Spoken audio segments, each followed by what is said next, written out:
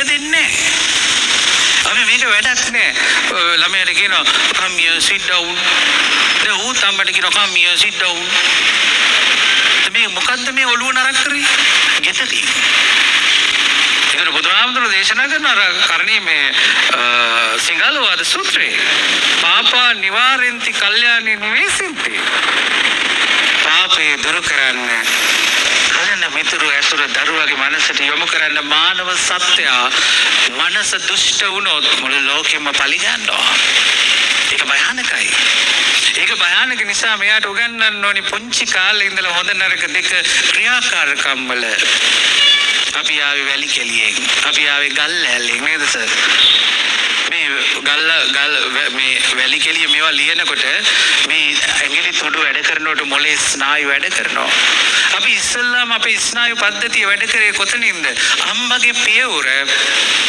දිවට තිබුණාම කිරි බොන්න මේ පුංචි දරුවා මෙලෝ හසරක් නොදනවා වුණාට මෙයාට තියෙනවා සාංශාරික පුරුද්දක් මොකක්ද දිව රෝල් කරලා උඩු ඇඳට තියලා කිරි ටික උරා බොන අදහස මේක ලීසි නෑ මේක හරි දරුණුයි මේ උරාගෙන බොන්න පුරුදු කරන්නේ එතකොට තමයි ස්නායු ටික උඩ සල්ලි ස්නායු ටික සංතරපණය වෙලා මොලේ වැඩ කරන්න පටන් ගන්නෙ එහෙනම් අපේ අම්මලා මනෝවෛද්‍යවරු මනෝ උපදේශකවරු දරුවන්ගේ මනස හැදුවා මෑත කාලේනව මගේ ගාවට ගෙනාවා ළමයි මම මේ ටික දැන උගත් මහත්තයෙක්ගේ තනතුරු ඕනේ පස්සේ මගම ඇයි මහත්තයා සර් මගේ මේ ස්වාමීන් වහන්සේ මගේ ළමයා අතික්‍රියාකාරීත්වයේ කිව්වා මම කවුද කිව්වේ වෛද්‍යවරු කිව්වා මහත්තයා එක වැඩක් කරන්න පුළුවන්ද කියලා ඇහුවා මොකක්ද කිව්වා මං කෝ ඔය පොඩි එකයි මහත්තයා පොඩ්ඩක් ඔය එරෙන කුඹුරක නියරක පොඩ්ඩක් ගිහිල්ලා එන්නකෝ සර් මොකද නියරේ යන්න නම් තමන් අවබෝධ කරගෙන යන්න ඕන එරෙනකොට කකුල ගන්නේ කොහොමද කියලා උගන්වන්න කාටවත් බෑ වැටෙනකොට දෙපැත්තට යන්නේ ඇඟ සමබර කරන්නේ කොහොමද කියලා ඉගෙන ගන්න නම් අර බහව් සත්‍ය ජීවිතයට අවශ්‍යයි මම මේ දෙකයි කිව්වේ තව ටිකක් අපි යාළුවෝ බහව් සත්‍යයෙන් දරුවගේ මොලේ පෝෂණය කරනවා ඊළඟට කියනවා මේ ගාථාවේ බහව් සච්ඡංච සිප්පංච උගන්වන්න ශිල්ප හැබැයි තරඟකාරී ලෝකයක නෙවෙයි ඔබ තරඟකාරී ලෝකයක දරුවෙකුට උගන්වනවා නම් ඔහුගෙන් මානව දයාව බලාපොරොත්තු වෙන්න එපා මේ ලෝකේ කවදාකවත් මට මතක වෙන ලස්සන තැනක්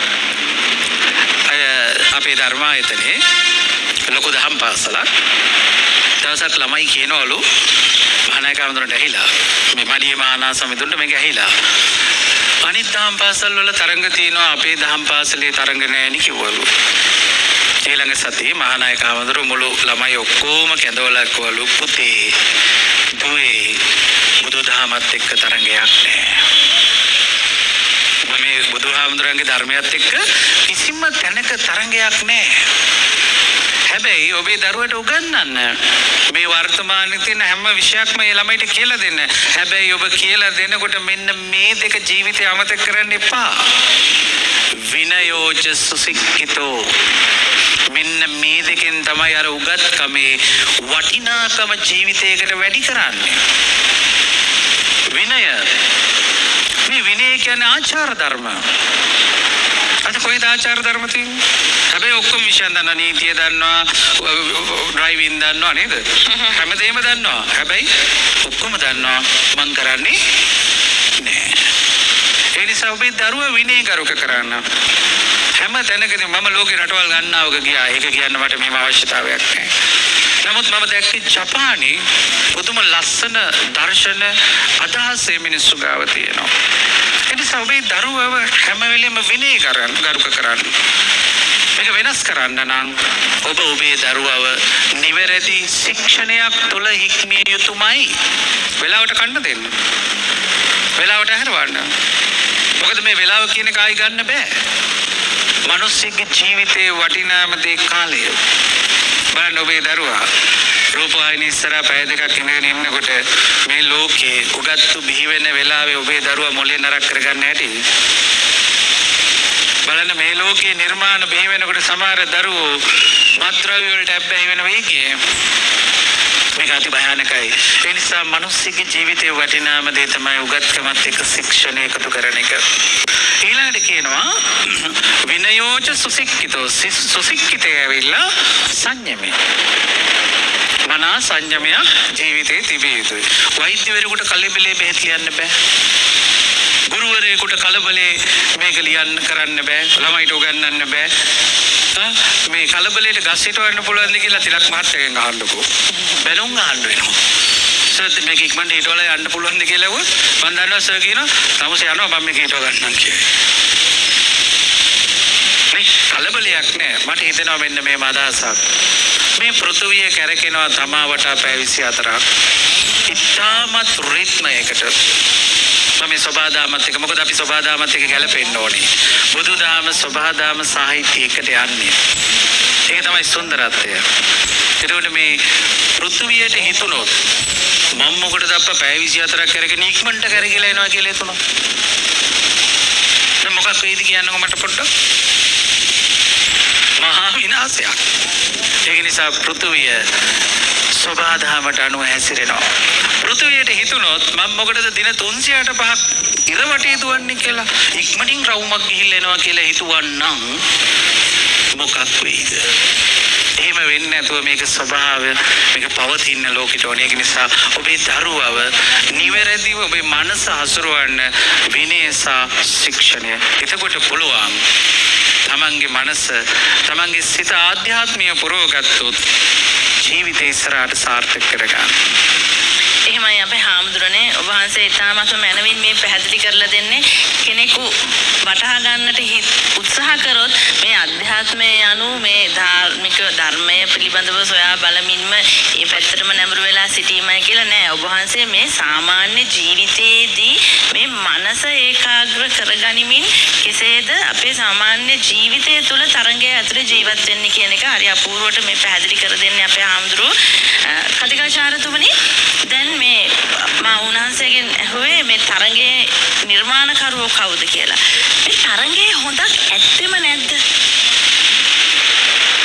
මම හිතන්නේ දිනුෂා මම හිතනවා ඇත්තටම අපි තරංගය හොඳද නැද්ද කියන කාරණාව තීරණය වෙන්නේ අපි ඒ තරංගය දෙස බලන විලාසය සහ තරංගයට සම්බන්ධ වන විලාසය අනුව. ඔබ මේක කියනකොට මට මතක් වුණේ මගේ නිකන් මතකේ හරිනම් වරක් ආසියානු කුසලානේ හරි මොනවා හරි මේ ක්‍රිකට් තරඟාවලියක් තිබුණා ආසියාව හරි මොනවා හරි කුසලානේ. ඔකේ අවසාන තරඟයට ආවේ බටහිර ඉන්දීය කොදෙව් කණ්ඩායම සහ මගේ මතකයේ පාකිස්තානේ. එතකොට දැන් පාකිස්තානයට ඕන කරලා තියෙනවා ලකුණක් ගන්න ඉන්නේ අවසාන පිටිකරුවෝ දෙන්න. බටහිර ඉන්දීය කණ්ඩායමේ කට්නි ඇම්බ්‍රෝස් කියන ක්‍රීඩකයා ලෝක ප්‍රසිද්ධ ක්‍රීඩකයා පන්දු යවනවා එක පන්දුවක්. දැන් එතකොට කට්නි ඇම්බ්‍රෝස් එක ඈත ඉඳලා දුවගෙන එන්නේ මේ වේග පන්දුනේ. දුවගෙන එනකොට ඔහුගේ පැත්තේ ඉන්න පිටිකරුවා ඒ කියන්නේ පහර නොදෙන පැත්තේ ඉන්න පිටිකරුවා පාකිස්තානු ක්‍රීඩකයා මෙයා දුවගෙන එනකොට පිච් එකේ මැද්දට ගිහිල්ලා මොකද ලකුණක් ගන්න බෑ. එතකොට විකට් එක කැඩුවා නම් අවුට්. කුසලානේ බටහිර කොදෙව් කණ්ඩායමට යනවා. කොදෙව් කණ්ඩායමේ කට්නි ඇම්බ්‍රෝස් නතර වුණා. විකට් එක කැඩුවේ නැහැ. හරියට කතා කළා. කතා කරලා කිව්වා මම බෝලේ දාපු කවුදුවත්. මං අහන්නේ මැච් එක බටහිර ඉන්දිය කොදෙව් කණ්ඩායම පෙරදුනා. පාකිස්තාන ක්‍රීඩක ලකුණු දෙකක් හෝ හතර පාරක් ගාලා මැච් එක දිනුවා. හැබැයි ලෝකෙම කිව්වේ ඒකේ නියම තරඟකරුවා කට්නි ඇම්බ්‍රෝස් කියලා. දැන් එතකොට ජයග්‍රාහකයා කට්නි ඇම්බ්‍රෝස් කියලා කිව්වේ.